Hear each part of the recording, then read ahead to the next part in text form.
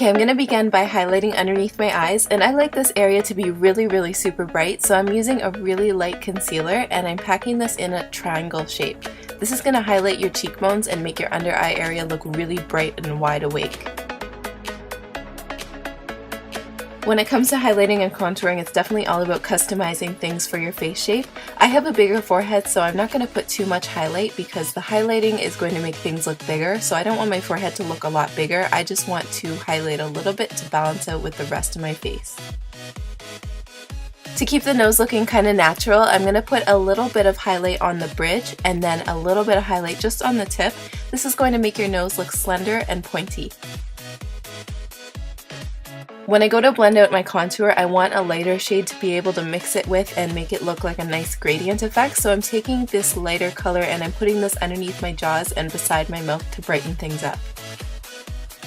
Okay, we're going to move on to contouring, and you don't need any special products for this. Just pick a foundation or a concealer that's at least 3 or 4 shades darker than your face. I'm mapping out my chin and contouring around it as well as my jawline, and this is going to make my face appear more defined and my chin more pointy.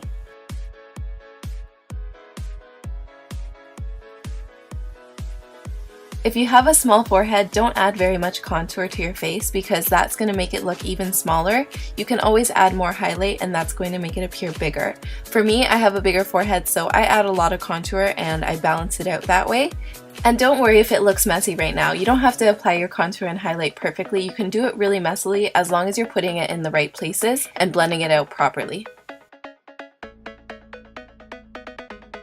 Now that we have everything mapped out on our face, it's time to start blending. I'm going to use 2 tools for this because I want to keep my highlight really bright and I want my contour to stay dark. I don't want things mixing together and getting muddy. To blend out all of the highlighting, I'm going to use a purple beauty blending sponge, and this is really soft and easy to work with. I like using this for the highlight and just pushing it into the skin. Don't use any swiping motions because you're going to move the product around and you want everything to stay exactly where you put it.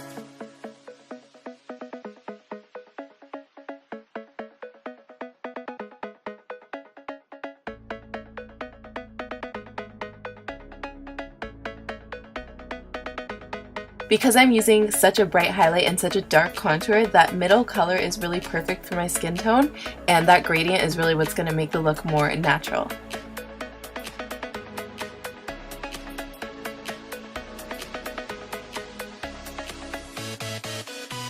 This is all about blending, and even though it might seem a little bit messy and it might seem like things aren't coming together perfectly, just keep blending and keep blending, and if you need to add more product, go ahead and do that until you like what you see.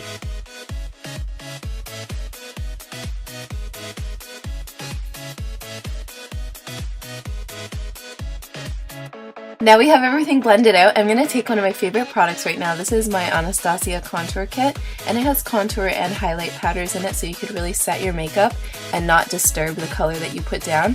I'm using the bronzers to set the perimeter of my face, and then I'm pressing in with a sponge the highlight color, and that's just going to set everything, make sure it stays in place all day.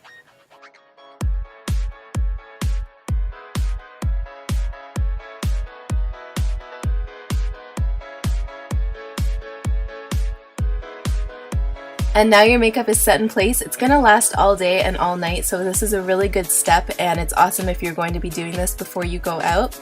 Let me know if you guys contour on a regular basis. For me, I like to do this on the weekends and when I'm going out. It looks amazing in photos, and it's definitely time consuming but totally worth it. I really hope that you enjoyed watching this video. Please give it a thumbs up and subscribe to my channel. I look forward to seeing you guys on Monday, and until then, have a great week. Love you. Bye!